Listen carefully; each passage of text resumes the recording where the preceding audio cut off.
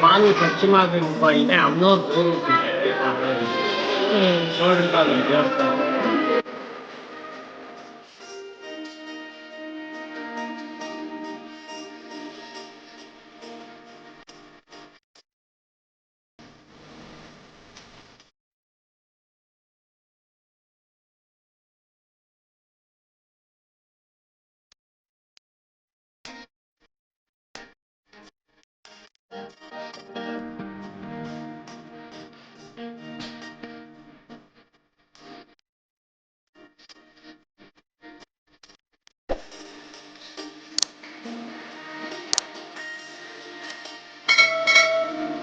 Hi hello ನಮಸ್ಕಾರ ಎಲ್ಲರಿಗೂ. Welcome back to my YouTube channel. ನಾನು ಪೂಜಾ. ಎಲ್ಲರೂ ಹೇಗಿದ್ದೀರಾ? ನಾವು ಕೂಡ ತುಂಬ ಚೆನ್ನಾಗಿದ್ದೀವಿ. ನೀವು ಎಲ್ಲರೂ ಚೆನ್ನಾಗಿದ್ದೀರಾ ಅಂತ ಅಂದ್ಕೊತೀನಿ. ಬನ್ನಿ ಇವತ್ತಿನ ವಿಡಿಯೋನ ಶುರು ಮಾಡೋಣ. ಅದಕ್ಕಿಂತ ಮುಂಚೆ ನನ್ನ ಚಾನಲ್ನ ಸಬ್ಸ್ಕ್ರೈಬ್ ಮಾಡದೆ ಯಾರಾದರೂ ನೋಡ್ತಾ ಇದ್ದರೆ ಪ್ಲೀಸ್ ಸಬ್ಸ್ಕ್ರೈಬ್ ಮಾಡಿಕೊಂಡು ವೀಡಿಯೋಸ್ನ ನೋಡಿ. ಇವತ್ತು ನಾವು ಹೋಗ್ತಾ ಇರೋವಂಥ ಜಾಗ ಬಂದು ಬೆಂಗಳೂರಿನಿಂದ ಸುಮಾರು 50 ಕಿಲೋಮೀಟರ್, ಹಾಗೆ ಕುಣಿಗಲ್ನಿಂದ 28 ಕಿಲೋಮೀಟರ್ ದೂರದಲ್ಲಿರೋವಂಥ ಮಾಗಡಿ ರಂಗನಾಥ ಸ್ವಾಮಿ ದೇವಸ್ಥಾನ. ಇದು ರಾಮನಗರ ಜಿಲ್ಲೆ ಮಾಗಡಿ ತಾಲೂಕಿನ ಸಾಲಿಗ್ರಾಮ ಕ್ಷೇತ್ರದ ತಿರುಮಲೆ ಗ್ರಾಮ ಅಂತ, ಅಂದರೆ ಮಾಗಡಿಯಲ್ಲೇ ಬರುತ್ತೆ. ನಾವು ತಿರುಪತಿಗೆ ಹೋಗಿ ದರ್ಶನ ಮಾಡ್ಕೊಂಬರೋದು ಈಗಿನ ಸಮಯದಲ್ಲಿ ತುಂಬಾ ಕಷ್ಟ ಅಂತ ಹೇಳ್ಬೋದು. ಜರ್ನಿ ಮಾಡೋದಾಗಿರ್ಬೋದು, ಹಾಗೆ ಅಲ್ಲಿ ದರ್ಶನಕ್ಕೆ ಕಾಯೋವಂಥ ಟೈಮ್ ಆಗಿರ್ಬೋದು, ತುಂಬಾ ಕಷ್ಟ ಇದೆ. ಅಲ್ಲಿಗೆ ಹೋಗೋದಕ್ಕಾಗಲ್ಲ ಅಂತ ಅನ್ನೋರು ಆರಾಮಾಗಿ ಬಂದು ಇಲ್ಲಿಯ ದರ್ಶನ ಮಾಡ್ಕೊಂಡು ಹೋಗ್ಬೋದು. ತಿರುಪತಿಯಲ್ಲಿ ದೇವ್ರನ್ನ ನೋಡಿದಾಗೇ ಇಲ್ಲೂ ಕೂಡ ಸೇಮ್ ಅದೇ ಥರನೇ ಮೂರ್ತಿ ಇರೋ ಅಂಥದ್ದು. ಬನ್ನಿ ಅದನ್ನು ಇವತ್ತು ನಿಮ್ಮ ಜೊತೆ ಕೂಡ ನಾನು ಶೇರ್ ಮಾಡಬೇಕು ಅಂತ ವಿಡಿಯೋನ ಮಾಡ್ತಾಯಿದ್ದೀನಿ. ಆ ವಿಡಿಯೋ ಖಂಡಿತ ಎಲ್ಲರಿಗೂ ಇಷ್ಟ ಆಗುತ್ತೆ ಅಂತ ಅಂದ್ಕೊತೀನಿ. ಇಷ್ಟ ಆಗಿದರೆ ಪ್ಲೀಸ್ ವಿಡಿಯೋಗೆ ಲೈಕ್ ಮಾಡಿ, ಹಾಗೆ ಫ್ರೆಂಡ್ಸು ಮತ್ತು ಫ್ಯಾಮಿಲಿ ಜೊತೆ ವಿಡಿಯೋನ ಶೇರ್ ಮಾಡಿ. ಮಾಂಡವ್ಯ ಋಷಿಗಳು ಪಾಪ ವಿಮೋಚನೆಗೆ ಅಂತ ತಿರುಪತಿಗೆ ಹೋದಾಗ ಅಲ್ಲಿ ಕಾರಣಾಂತರಗಳಿಂದ ಅವ್ರಿಗೆ ದರ್ಶನ ಮಾಡೋದಕ್ಕೆ ಆಗಿರೋದಿಲ್ಲ. ಆಗ ಅವರು ಬೇಜಾರು ಮಾಡಿಕೊಂಡು ವಾಪಸ್ ಬರಬೇಕಾದ್ರೆ ಒಂದು ಅಶರೀರವಾಣಿ ಅವ್ರಿಗೆ ಕೇಳಿಸುತ್ತಂತೆ. ಆ ಅಶರೀರವಾಣಿ ಏನು ಹೇಳ್ತಪ್ಪ ಅಂದರೆ, ಪಶ್ಚಿಮಾಭಿಮುಖವಾಗಿ ಸ್ವರ್ಣಾದ್ರಿ ಪರ್ವತಕ್ಕೆ ಹೋಗಿ ನೀವು ತಪಸ್ಸನ್ನು ಮಾಡು, ಅಲ್ಲಿ ನಾನು ನಿನಗೆ ದರ್ಶನವನ್ನು ಕೊಡ್ತೀನಿ ಅಂತ ಅಶರೀರವಾಣಿ ಹೇಳ್ತಂತೆ. ಆವಾಗ ಅವರು ಇಲ್ಲಿ ಬಂದು, ಇದು ಸ್ವರ್ಣಾದ್ರಿ ಪರ್ವತ ಅಂತೆ, ಇಲ್ಲಿ ಬಂದು ತಪಸ್ಸನ್ನು ಮಾಡಿ ಗುಡಿಸಲು ಕಟ್ಕೊಂಡು ತಪಸ್ಸನ್ನು ಮಾಡಿದ್ರಂತೆ. ಆಗ ತಿರುಪತಿ ತಿಮ್ಮಪ್ಪ ಸಾಲಿಗ್ರಾಮ ರೂಪದಲ್ಲಿ ಪ್ರತ್ಯಕ್ಷವಾಗಿ ಅವ್ರಿಗೆ ದರ್ಶನ ಕೊಟ್ಟರು ಅಂತ ಇಲ್ಲಿಯ ಇತಿಹಾಸ ಇರೋದು. ಅತಿ ಆಡಂಬರದ ಪೂಜೆಗಿಂತ ಶ್ರದ್ಧಾ ಭಕ್ತಿಯಿಂದ ಸ್ವಲ್ಪ ತುಳಸಿ ದಳವನ್ನು ಅರ್ಪಿಸಿ ಶ್ರೀರಂಗ ಕಾಪಾಡಪ್ಪ ಅಂತ ಬೇಡ್ಕೊಂಡ್ರೆ ದೇವರು ಸಂತೃಪ್ತಿಯಾಗಿ ನಮ್ಮ ಇಷ್ಟಾರ್ಥಗಳನ್ನ ನೆರವೇರಿಸ್ತಾರೆ ಅಂತ ಕೂಡ ಹೇಳ್ತಾರೆ. ತುಂಬ ಪವರ್ಫುಲ್ಲಾಗಿ ಇರೋವಂಥ ದೇವರು ಇದು. ದೇವಸ್ಥಾನದ ಮುಂದೆ ಪಾರ್ಕಿಂಗಿಗೆಲ್ಲ ವ್ಯವಸ್ಥೆಯನ್ನು ಮಾಡಿದ್ದಾರೆ. ಹಾಗೆ ದೇವಸ್ಥಾನದ ಮುಂದೆ ಈ ಥರ ಹಣ್ಣು ಕಾಯಿ ಅಂಗಡಿಗಳಿದೆ, ಹಾಗೆ ತರಕಾರಿ ಅಂಗಡಿಗಳು ಕೂಡ ಇದೆ. ಬೆಳೆದು ಮಾರುವಂಥವ್ರು ತುಂಬ ಜನ ಸಿಗ್ತಾರೆ ಇಲ್ಲಿ. ಈಗ ಬನ್ನಿ ದೇವಸ್ಥಾನದ ಒಳಗಡೆ ಹೋಗೋಣ.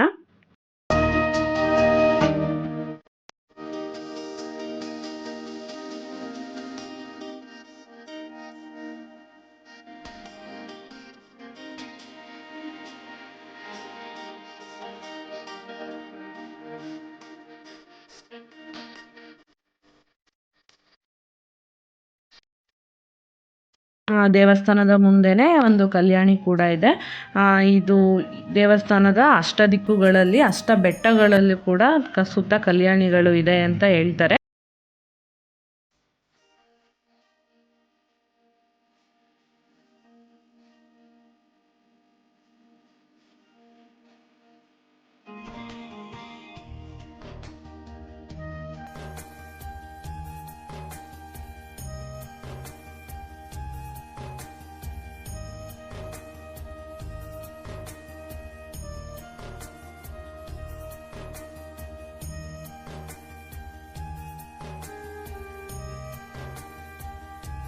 ಈ ದೇವಸ್ಥಾನದಲ್ಲಿ ದರ್ಶನದ ಟೈಮಿಂಗ್ಸ್ ಬಂದು ಬೆಳಿಗ್ಗೆ 8:30ಯಿಂದ ಮಧ್ಯಾಹ್ನ 1:30ವರೆಗೂ, ಹಾಗೆ ಸಂಜೆ 4:30ಯಿಂದ 7:30ವರೆಗೂ ದೇವರ ದರ್ಶನ ಪಡಿಬೋದು.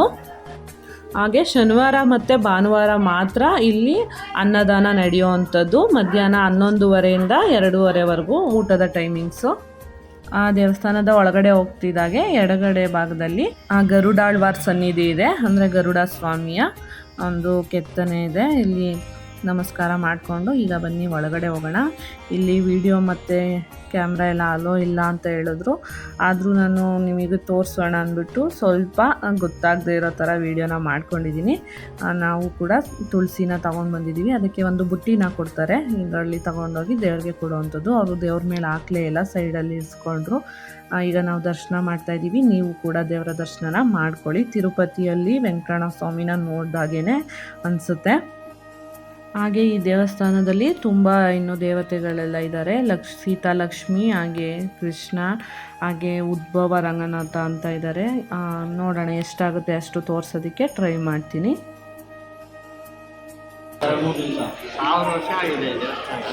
ಮಾಂಡವ ಋಷಿಗಳು ಇಲ್ಲಿ ಬಂದು ತಪಸ್ ಮಾಡೋದು. ತಪಸ್ ಮಾಡಿದಾಗ ಪಶ್ಚಿಮಕ್ಕೆ ಹೋಗಿ ತಪಸ್ ಮಾಡಿದ್ದೆ ಅಂತ ದರ್ಶನ ಕೊಡ್ತೀನಿ ಸ್ವಾಮಿ.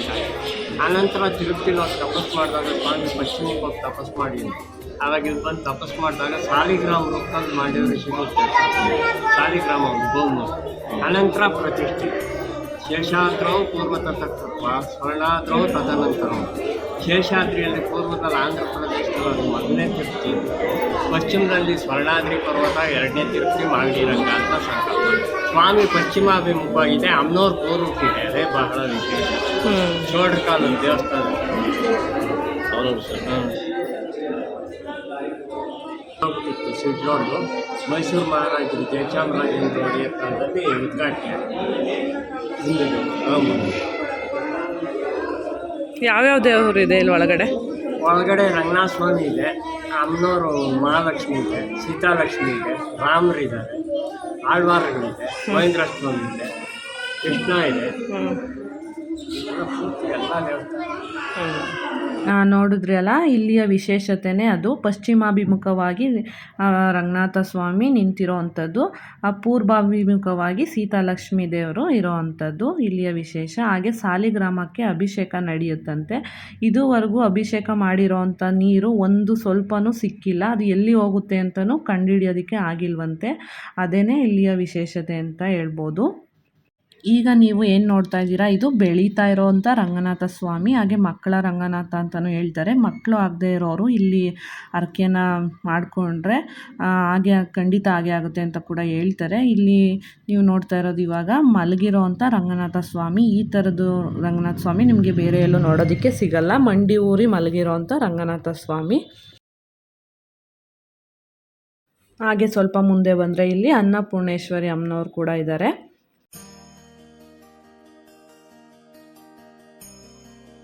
ಹಾಗೆ ಇಲ್ಲಿ ಒಂದು ಸುತ್ತು ಪ್ರದಕ್ಷಿಣೆ ಹಾಕಿ ಬರೋ ಅಷ್ಟರಲ್ಲಿ ಎಷ್ಟು ದೇವರುಗಳನ್ನ ನೋಡ್ಬೋದು ಅಂತ ನೀವೇ ನೋಡಿ.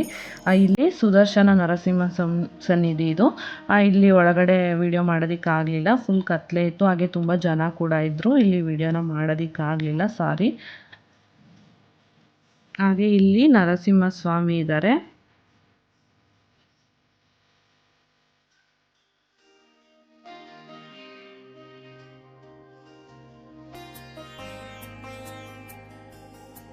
ಇಲ್ಲಿಯ ಇನ್ನೊಂದು ವಿಶೇಷತೆ ಏನು ಅಂತಂದರೆ, ಆ ದೇವರಿಗೆ ಕಾವಲುಗಾರರಾಗಿ ಎಡಗಡೆಯಲ್ಲಿ ಆಂಜನೇಯ, ಮಗೆ ಬಲಗಡೆಯಲ್ಲಿ ಗರುಡ ಸ್ವಾಮಿ ಇರೋ ಅಂಥದ್ದು.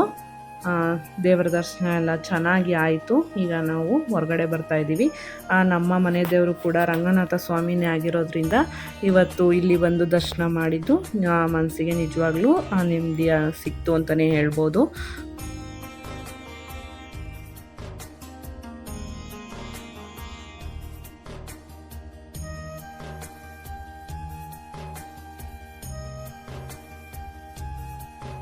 ಹಾಗೆ ಈ ದೇವಸ್ಥಾನದ ಎದುರುಗಡೆ ಬಿಸಿಲು ಮಾರಮ್ಮ ದೇವಿ ಅಂತ ಇಲ್ಲಿ ಒಂದು ಚಿಕ್ಕ ದೇವಸ್ಥಾನ ಕೂಡ ಇದೆ.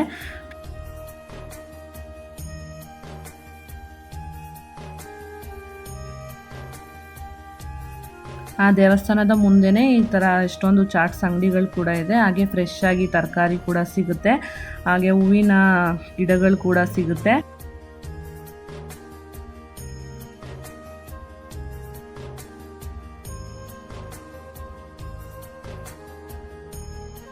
ಚೆನ್ನಾಗಿತ್ತು, ಎಲ್ಲದೂ ಕೂಡ ಫ್ರೆಶ್ ಆಗಿತ್ತು. ಶನಿವಾರ ಭಾನುವಾರ ಮಾತ್ರ ಇಲ್ಲಿ ಅಂಗಡಿಗಳನ್ನ ಇಡ್ತಾರಂತೆ. ಪ್ರತಿದಿನ ಮಾಗಡಿ ಮಾರ್ಕೆಟಲ್ಲಿ ಅಂಗಡಿನ ಇಡ್ತಾರಂತೆ ಇವರು. ಈ ಚಾಟ್ಸ್ ಅಂಗಡಿಯಲ್ಲಿ ಸ್ವಲ್ಪ ಲೈಟಾಗಿ ಚಾಟ್ಸ್ನ ತಗೊಂಡ್ವಿ.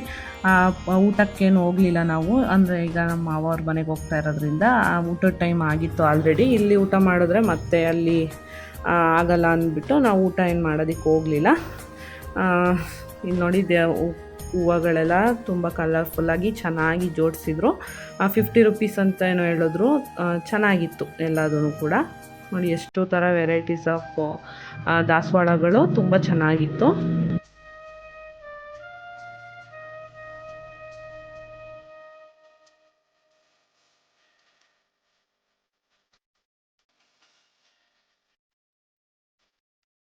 ನೋಡಿ ಇದೇನೆ ಊಟದ ಹಾಲು. 11:30 2:30ವರೆಗೂ ಇಲ್ಲಿ ಶನಿವಾರ ಮತ್ತು ಭಾನುವಾರ ಊಟ ಕೂಡ ಕೊಡ್ತಾರೆ. ಫೈನಲಿ ಇವತ್ತು ದೇವಸ್ಥಾನದ ದರ್ಶನ ತುಂಬ ಚೆನ್ನಾಗಿ ಆಯಿತು. ಈ ದೇವಸ್ಥಾನ ಚೋಳರ ಕಾಲದಲ್ಲಿ ಕಟ್ಟಿರೋದಂತೆ, ಆಮೇಲೆ ಕೆಂಪೇಗೌಡರು ಜೀರ್ಣೋದ್ಧಾರ ಮಾಡಿರೋದು ಅಂತ ಕೂಡ ಹೇಳಿದ್ರು. ಈಗ ನಾವು ಬೆಂಗಳೂರು ಕಡೆ ಹೊರಟ್ವಿ. ಹಾಗೆ ಹೋಗ್ತಾ ರೋಡಲ್ಲಿ ಈ ಥರ ಬೆಳೆದಿರೋವಂಥ ರೈತರು ಅವರೆಕಾಯಿ, ಈ ಸೀತಾಫಲ ಹಣ್ಣು ಮತ್ತು ಅಲಸಂದೆ ಅದೆಲ್ಲ ಮಾರ್ತಾಯಿದ್ರು. ನೋಡೋಣ, ಚೆನ್ನಾಗಿದೆ ಅಂತ ಅನ್ನಿಸ್ತು, ಫ್ರೆಶ್ ಆಗಿತ್ತು ಎಲ್ಲದು ಕೂಡ. ನೋಡೋಣ ಅಂದ್ಬಿಟ್ಟು ನಿಲ್ಲಿಸಿದ್ವಿ. ಪಾಪ ನೋಡಿ ಅಲ್ಲಿ ವಯಸ್ಸಾಗಿರೋ ಅಜ್ಜಿ ತಾತ ಬಿಸಿಲಲ್ಲಿ ನಿಂತ್ಕೊಂಡು ವ್ಯಾಪಾರ ಮಾಡ್ತಾಯಿದ್ರು. ನೋಡಿ ಪಾಪ ಅವ್ರ ಹತ್ರನೇ ತಗೊಳ್ಳೋಣ ಅಂತ ಅನ್ನಿಸ್ತು. ಇಲ್ಲಿ ಒಂದು ಬುಟ್ಟಿ ಹಾಕಿಟ್ಟಿದ್ದಾರಲ್ಲ, ಅದು 100 ರುಪೀಸ್ಗೆ ಅಷ್ಟು ಸೀತಾಫಲ. ಓ ಹಂಗೆ ದಿನ ಈಗ ಆ ಥರ ಬೇರೆನಾ? ಬಿಸಿಲಲ್ಲೇ ಕೂತಿದ್ದೀರಲ್ಲ, ನೆರಳಿಗೆ ಏನಾದರೂ ವ್ಯವಸ್ಥೆ ಮಾಡ್ಕೋಬೋದಲ್ವಾ ಅಂತ ನಾನು ಅವ್ರನ್ನ ಕೇಳಿದ್ದಕ್ಕೆ ಅವರು ಈ ಥರ ಹೇಳಿದ್ರು. ನಾವೇನಾದರೂ ನೆರಳಿಗೆ ಅಂತ ಮಾಡಿಕೊಂಡ್ರೆ ಬೇರೆಯವ್ರು ಬಂದು ಕೂತ್ಕೊತಾರೆ, ನಿಮ್ಮದೇನ ಜಾಗ ಅಂತ ಹೇಳ್ತಾರೆ ಅಂತ ಅವರ ಕಷ್ಟನ ಅವರು ಹೇಳ್ಕೊಂಡ್ರು. ಅಯ್ಯೋ ಪಾಪ ಅಂತ ಅನ್ನಿಸ್ತು. ಏನು ಮಾಡೋಕ್ಕಾಗಲ್ಲ ನೋಡಿ, ಯಾವ್ಯಾವ ಥರ ಜೀವನ ನಡೆಸೋರಿದ್ದಾರೆ. ನಾವಂತೂ ಸಣ್ಣ ಪುಟ್ಟ ವಿಷಯಗಳಿಗೆಲ್ಲ ಸ್ವಲ್ಪ ಟೆನ್ಷನ್ ಮಾಡಿಕೊಂಡು ಅಯ್ಯೋ ಇಷ್ಟೇನಾ ಅಂತ ಅನಿಸ್ಬಿಡುತ್ತೆ ಒಂದೊಂದು ಸಲ ನಮಗೆ. ಈ ಥರದವ್ರನ್ನ ನೋಡಿದ್ರೆ ಇವ್ರ ಮುಂದೆ ನಮ್ಮ ಕಷ್ಟಗಳೆಲ್ಲ ಏನೂ ಅಲ್ವೇ ಅಲ್ಲ ಅಂತ ಅನಿಸುತ್ತೆ.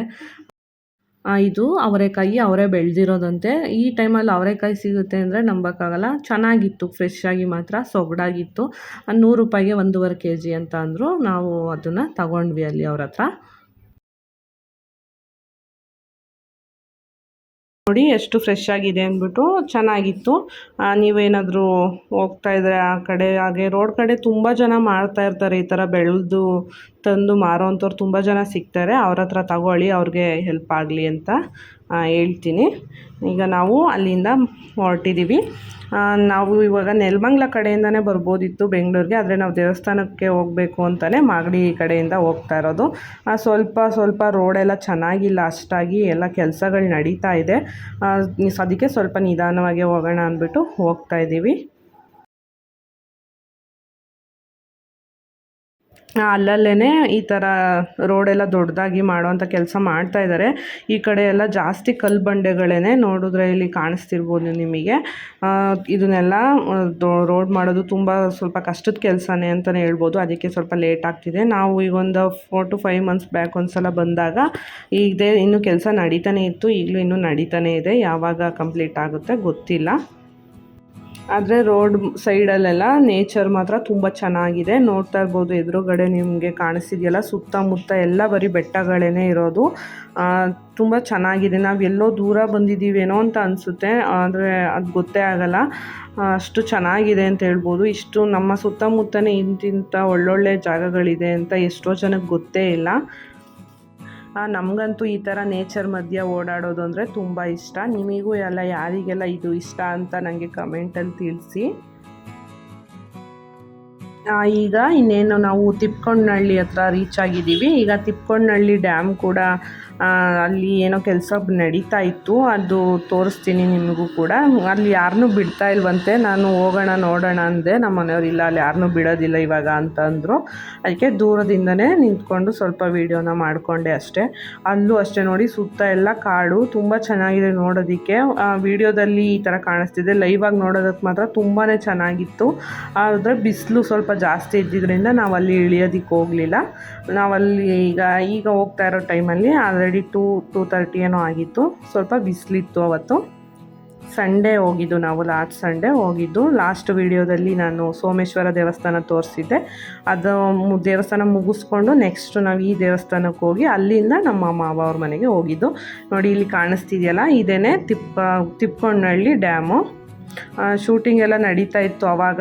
ಆದರೆ ಈಗ ಅಲ್ಲಿ ಯಾರನ್ನೂ ಬಿಡ್ತಾ ಇಲ್ಲ ಅಂತ ಅಂದರು. ಕೆಳಗಡೆ ಎಲ್ಲ ಏನೋ ಕಟ್ತಾ ಇದ್ದಾರೆ, ಅದೇನು ಅಂತ ಗೊತ್ತಾಗಲಿಲ್ಲ.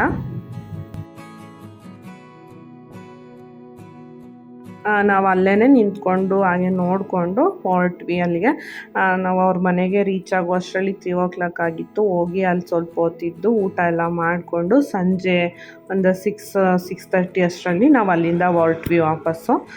ನೆಕ್ಸ್ಟ್ ಡೇ ಮಾರ್ನಿಂಗ್ ಸ್ಕೂಲ್ ಇರುತ್ತಲ್ಲ, ಅದಕ್ಕೆ ಅಲ್ಲಿ ಉಳ್ಕೊಳ್ಳೋದಕ್ಕೆ ಹೋಗಲಿಲ್ಲ. ಮಕ್ಕಳನ್ನ ಸ್ಕೂಲಿಗೆ ಕಳಿಸೋದು, ಬೆಳಗ್ಗೆ ಎದ್ದು ಬಂದು ಕಷ್ಟ ಆಗುತ್ತೆ ಅಂದ್ಬಿಟ್ಟು ನೈಟೇ ಅಲ್ಲಿಂದ ಹೊರಟ್ವಿ. ಬರಬೇಕಾದ್ರೆ ನೆಲಮಂಗಲ ಕಡೆಯಿಂದ ಬಂದ್ವಿ ನಾವು. ಮಾಗಡಿ ರೋಡು ಅಷ್ಟು ಸೇಫ್ ಅಲ್ಲ ನೈಟ್ ಟೈಮಲ್ಲಿ, ಜಾಸ್ತಿ ವೆಹಿಕಲ್ಗಳೆಲ್ಲ ಓಡಾಡೋದಿಲ್ಲ ಅಲ್ಲಿ. ಅದಕ್ಕೋಸ್ಕರ ನೆಲಮಂಗಲ ಕಡೆಯಿಂದ ಬರ್ತಾಯಿದ್ದೀವಿ ವಾಪಸ್ಸು. ಇಲ್ಲಿ ಸಂಡೇ ಆಗಿದ್ದರಿಂದ ಊರಿಗೆಲ್ಲ ಬಂದಿರ್ತಾರಲ್ಲ, ಅವರು ವಾಪಸ್ ಹೋಗ್ತಾ ಇರೋರು. ಎಷ್ಟು ವೆಹಿಕಲ್ಸು ಬರ್ತಾಯಿದೆ ಅಂದರೆ ನೋಡಿ, ಆ ಕಡೆ ಕಾಣಿಸ್ತಿದೆ. ಇವರೆಲ್ಲ ನಿಜವಾಗ್ಲೂ ಮನೆಗೆ ಅದೆಷ್ಟೊತ್ತಿಗೆ ಹೋಗಿ ಸೇರ್ತಾರಪ್ಪ ಅಂತ ಅನ್ನಿಸ್ತಿತ್ತು ನನಗೆ. ಅಷ್ಟೊಂದು ವೆಹಿಕಲ್ಸ್ ಹೋಗ್ತಾಯಿತ್ತು ಸಂಡೇ. ವಾಪಸ್ ಹೋಗೋರಂತೂ ಈ ಟೈಮಲ್ಲಿ 6 o'clock 7 ಆ ಟೈಮಲ್ಲಿ ತುಂಬ ವೆಹಿಕಲ್ಸ್ ಓಡಾಡ್ತಿರುತ್ತೆ. ಒಂದು 10 o'clock ಮೇಲೆ ಹೋದರೆ ಸ್ವಲ್ಪ ಫ್ರೀ ಆಗ್ಬೋದು. ಮಾಗಡಿ ಕಡೆ ಯಾರಾದರೂ ಹೋದರೆ ಈ ದೇವಸ್ಥಾನಕ್ಕೆ ಒಂದ್ಸಲ ವಿಸಿಟ್ ಮಾಡಿ. ಹಾಗೆ ತಿರುಪತಿಗೆ ಹೋಗಬೇಕು ಅಂತ ಅಂದ್ಕೊಂಡು ಹೋಗೋಕ್ಕಾಗ್ತಿಲ್ಲ ಅಂತಂದರೆ ಇಲ್ಲಿಗೂ ಕೂಡ ನೀವು ಹೋಗಿ ಬರ್ಬೋದು. ನಾನು ಲೊಕೇಶನನ್ನು ವಿಡಿಯೋ ಡಿಸ್ಕ್ರಿಪ್ಷನಲ್ಲಿ ಮೆನ್ಷನ್ ಮಾಡಿರ್ತೀನಿ. ಇವತ್ತಿನ ವಿಡಿಯೋ ಇಷ್ಟೇ. ಏನು ಅನ್ನಿಸ್ತು ಅಂತ ನನಗೆ ಕಮೆಂಟಲ್ಲಿ ತಿಳಿಸಿ. ವಿಡಿಯೋ ಇಷ್ಟ ಆಗಿದರೆ ಪ್ಲೀಸ್ ಒಂದು ಲೈಕ್ ಮಾಡಿ. ಇವತ್ತಿನ ಫೋಟೋಸ್ನ ನಾನು ಈಗ ಲಾಸ್ಟಲ್ಲಿ ಶೇರ್ ಮಾಡ್ತಾಯಿದ್ದೀನಿ. ಪ್ಲೀಸ್ ವಿಡಿಯೋಗೆ ಲೈಕ್ ಮಾಡಿ. ಹಾಗೆ ನನ್ನ ಚಾನಲ್ನ ಸಬ್ಸ್ಕ್ರೈಬ್ ಮಾಡದೆ ಯಾರಾದರೂ ನೋಡ್ತಾಯಿದ್ರೆ ಪ್ಲೀಸ್ ಸಬ್ಸ್ಕ್ರೈಬ್ ಮಾಡಿಕೊಂಡು ವೀಡಿಯೋಸ್ನ ನೋಡಿ. ನಿಮ್ಗೆ ಏನು ಅನ್ನಿಸ್ತು ಅಂತ ನನಗೆ ಕಮೆಂಟಲ್ಲಿ ತಿಳಿಸಿ. ಯಾವ ಥರ ವೀಡಿಯೋಸ್ನ ನೋಡೋದಕ್ಕೆ ಇಷ್ಟಪಡ್ತೀರಾ ಅಂತ ಕೂಡ ಕಮೆಂಟಲ್ಲಿ ತಿಳಿಸಿ. ನಾನು ಅದೇ ಥರ ವೀಡಿಯೋಸ್ನ ಮಾಡೋದಕ್ಕೆ ಟ್ರೈ ಮಾಡ್ತೀನಿ. ನಾನು ಮತ್ತೊಂದು ಒಳ್ಳೆ ವೀಡಿಯೋ ಜೊತೆ ಸಿಗ್ತೀನಿ. Take care. ಬಾಯ್ ಬಾಯ್.